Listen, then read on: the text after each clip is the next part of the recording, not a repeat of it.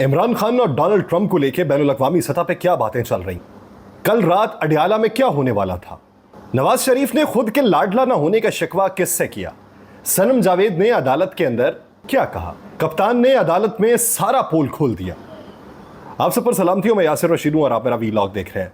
नाज़रीन, बैनुल-अक़वामी सतह के ऊपर जो असैसिनेशन अटेम्प्ट हुई है डोनाल्ड जे ट्रंप के ऊपर, उसको लेके अब जो चहमगोइयाँ हो रही हैं, जो बातें हो रही हैं, उसका मवाजना किया जा रहा है पाकिस्तानी सियासत से। और बहुत सारे जो इदारा जाती इशारे हमने वहाँ पे देखे हैं, उसके अंदर बातें ये हो रही हैं, शायद सुर्खियाँ ये लगी हुई हैं कि आंखों पर यकीन नहीं आ रहा कि दो ममालिक में एक ही जैसी सूरत हाल का सामना। यानी डोनाल्ड ट्रंप को अगर देखा जाए और पाकिस्तान में इमरान खान को देखा जाए, तो इक़्तिदार से निकलने के बाद उनके ऊपर मुकदमात की भरमार की गई। जिस तरीके से इमरान खान पे की गई, उसी तरीके से डोनाल्ड ट्रंप पे की गई। इमरान खान को गिरफ्तार किया गया, डोनाल्ड ट्रंप को भी गिरफ्तार किया गया। इमरान खान के ऊपर मुकदमात चले, डोनाल्ड ट्रंप पे भी मुकदमात चले, लेकिन जमानत के ऊपर डोनाल्ड ट्रंप की रिहाई मुमकिन हो गई। लेकिन इसी बीच में डोनाल्ड ट्रंप के मानने वाले जो हैं, कारकुनान जो हैं, उसके पैरोकार जो हैं, उन्होंने कैपिटल हिल के ऊपर कब्जा करने की कोशिश की, उसको नाकाम बनाया गया। कारकुनान की गिरफ्तारियां हुई, बड़े पैमाने पर मुकदमात चले और उनको मंतकी अंजाम तक पहुंचाने की कोशिश की गई। पाकिस्तान के अंदर भी 9 मई के सूरत हाल के बाद बेशुमार मुकदमात बने, कारकुनान गिरफ्तार हुए, केसेस को मंतकी अंजाम तक पहुंचाने की कोशिश की गई। ये अलग बात कि वो मंतकी अंजाम तक पहुंचे या नहीं पहुंचे। उसके बाद खान ने, जब इक़्तिदार से खान निकला, तो खान ने अपनी तहरीक को मजबूत करने के लिए अवाम में जाने का फैसला किया और अवामी जो मुहिम थी उसके दौरान खान के ऊपर हमला हुआ। उधर ये पूरा प्रोसेस गुजरने के बाद डोनाल्ड ट्रंप पे हमला हुआ है। लेकिन वहाँ की बात एक ये है कि वहाँ पे हमले के बाद वहाँ की सरकार ने मजाक नहीं उड़ाया। वहाँ की सरकार ने ये नहीं कहा कि ढोंग रचाया जा रहा है। वहाँ की सरकार ने ये भी नहीं कहा कि ये सारी ड्रामेबाजी है, ये अपने ऊपर खुद हमला करवाया गया। वहाँ की सरकार खुद को सेव करना चाहती है क्योंकि सारे इशारे उनके ऊपर होंगे, तो उन्होंने ये कहा कि हम इसकी तहकीकात करेंगे। इधर आज अडियाला जेल में खान ने मीडिया की गैर मौजूदगी पे एतराज़ करते हुए कहा कि अगर मीडिया नहीं आता तो मैं अदालत से वॉकआउट कर जाऊंगा। एतराज़ के ऊपर अदालत ने मीडिया नुमाइंदगान को जेल के अंदर बुलाने का हुक्म दे दिया और मीडिया नुमाइंदों के अदालत में दाखिल होते ही समाअत का आगाज़ हुआ।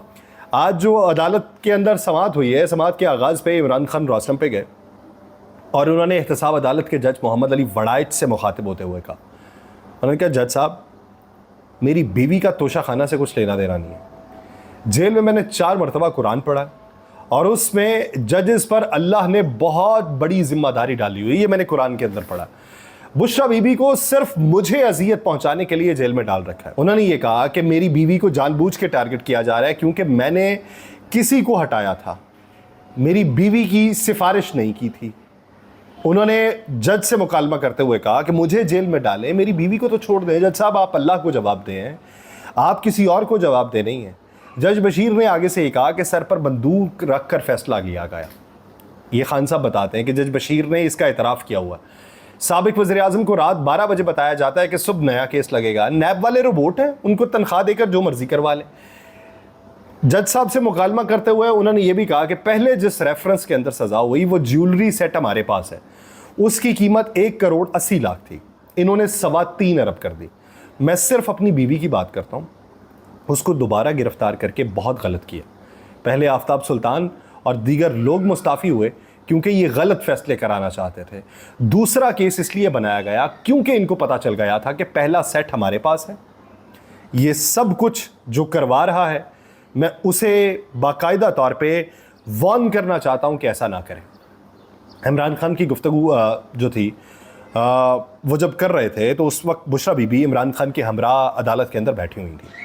आज ये अदालत का मंजरनामा था, लेकिन कल अडियाला जेल वाला जो मंजरनामा था, कारकुनान ने अडियाला जेल पहुँचे और अडियाला जेल के बाहर वो धरना देने के दर पे थे कि खान का पैगाम उन तक पहुँचाया गया कि खान का ये कहना है कि यहाँ पर बैठ के धरना नहीं देना, आप लोग वापस चले जाएँ, आप लोग जो हैं आईन व कानून के मुताबिक अमलदारी कीजिएगा। ये अगर गिरफ़्तार करना चाहते हैं, इन्होंने फिर से गिरफ़्तारी डाल ली है, तो आप वापस चले जाएँ। अब मैंने उसमें ये भी बात की थी, जब ये कॉल अप नोटिस इसका जारी हुआ था, इस रेफरेंस का, मैंने उस वक्त की बात की थी कि जब कुछ नहीं बचेगा ना, तो फिर इसके ऊपर भी मुकदमा मजीद बनाया जाएगा। और ये ऐसे ही होगा कि एक मुकदमे की आप 8 शाखें निकाल के मुकदमा बना दें। यानी ये ऐसे ही था कि जैसे मुकदमात बनाए गए, एक मुकदमा जो था वो थाना शादमान के अंदर दर्ज किया गया और उसके बाद 300 किलोमीटर का फासला तय करके गुजरांवाला में मुकदमा दर्ज कर दिया गया। ये उसी तरीके के मुकदमा थे, केस एक था, मुकदमा ज्यादा दर्ज करके केस को कमजोर किया गया। अब ये जो दूसरे केस के अंदर गिरफ्तारी डाली गई है, उनको इससे कोई गरज नहीं कि केस कमजोर होगा या मजबूत होगा, ये सिर्फ डिले टैक्टिक्स के तौर पर खान को जेल के अंदर रखना है। दूसरी तरफ सनम जावेद जो है वो 10 मई 2023 से हिरासत में है और ये 12वां मुकदमा उनके ऊपर दर्ज हो चुका है। पंजाब हुकूमत ने लाहौर हाई कोर्ट के सामने खुद ये कहा है कि सनम जावेद अब पंजाब में किसी मुकदमे में मतलूब नहीं। कल जेल से वो बाहर निकली और उनके वालिद कहते हैं कि सिविल कपड़ों में अफराद जो थे वो गाड़ी में बैठा के इस्लामाबाद ले गए। सनम जावेद जो थी उनको फेडरल इन्वेस्टिगेशन एजेंसी की जानिब से गिरफ्तारी के केस में वकील मियां अली इशफाक जो थे वो आज अदालत के अंदर पेश हुए हैं। उन्होंने कहा जी कि लाहौर हाई कोर्ट के फैसले की रोशनी में सनम जावेद की वीडियोस और उनके फॉरेंसिक जो है वो पहले ही मुकम्मल हो चुके हैं। अब प्रोसिक्यूशन जो है वो जिस्मानी रिमांड के लिए वीडियोस, मोबाइल रिकवरी या फॉरेंसिक की मामूल का बहाना नहीं बना सकती। आपको कोई और बहाना बनाना पड़ेगा, ये नहीं बन सकता। लाहौर हाई कोर्ट की तो डायरेक्शन इस पे आ गई है। उन्होंने कहा कि सनम जावेद पर बनने वाला ये 12वां मुकदमा सबसे कमजोर है और मेरी मौकला पर दहशतगर्दी की दफात का बेदरीग इस्तेमाल किया गया है, मगर फिर भी जमानत मिली और सनम जावेद पर अब रियासती इदारों के खिलाफ बयानबाजी का इल्जाम भी लग चुका है। सनम जावेद गिरफ्तारी पर गिरफ्तारी का ना खत्म होने वाला सिलसिला जो है वो भुगत रही है। जब कोई और मुकदमा नहीं बचा तो उन्होंने पहले गुजरांवाला के पहले से दर्ज मुकदमे के अंदर पकड़ लिया, जो मुकदमा पहले दर्ज था उसके अंदर पकड़ लिया और जिमनियों के अंदर पकड़ा। फिर खाविंद का साल पहले मोबाइल इस्तेमाल करना भी जुर्म बन गया और उसको भी कब्जे में ले लिया गया, लेकिन उसके बावजूद भी उसके अंदर से कुछ नहीं मिला।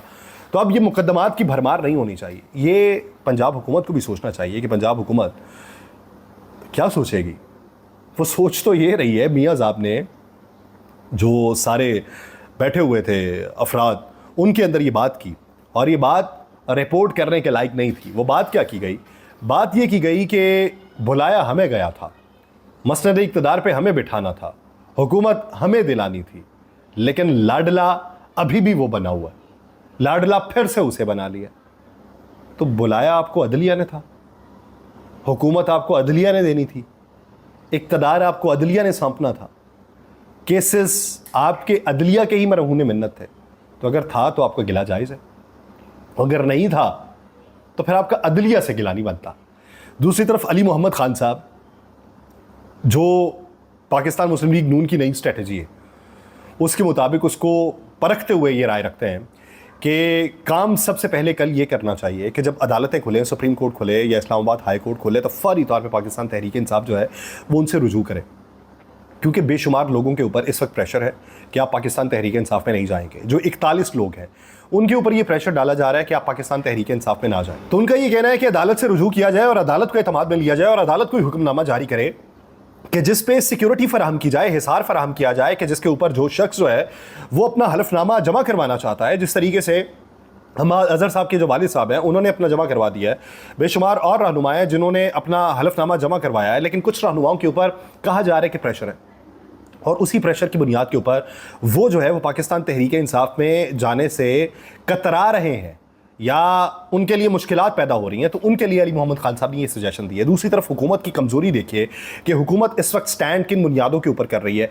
हुकूमत के लिए मुश्किलात ये पड़ी हुई हैं कि नवाज़ शरीफ साहब नाला है, ये 2 फैसलों के बाद शहबाज शरीफ साहब भी हुकूमत छोड़ने के दर पे हैं, उन्हें भी हुकूमत में दिलचस्पी नहीं है। अगर पाकिस्तान मुस्लिम लीग नून टिकी हुई है तो वह सिर्फ जो है वो पंजाब के अंदर मरीम नवाज़ साहिबा की पंजाब हुकूमत पे टिकी हुई हैं कि मरीम नवाज़ साहिबा हुकूमत करना चाहती हैं, लेकिन मरीम नवाज़ साहिबा की हुकूमत को हिलाने के लिए इस वक्त कोशिश कौन कर रहा है?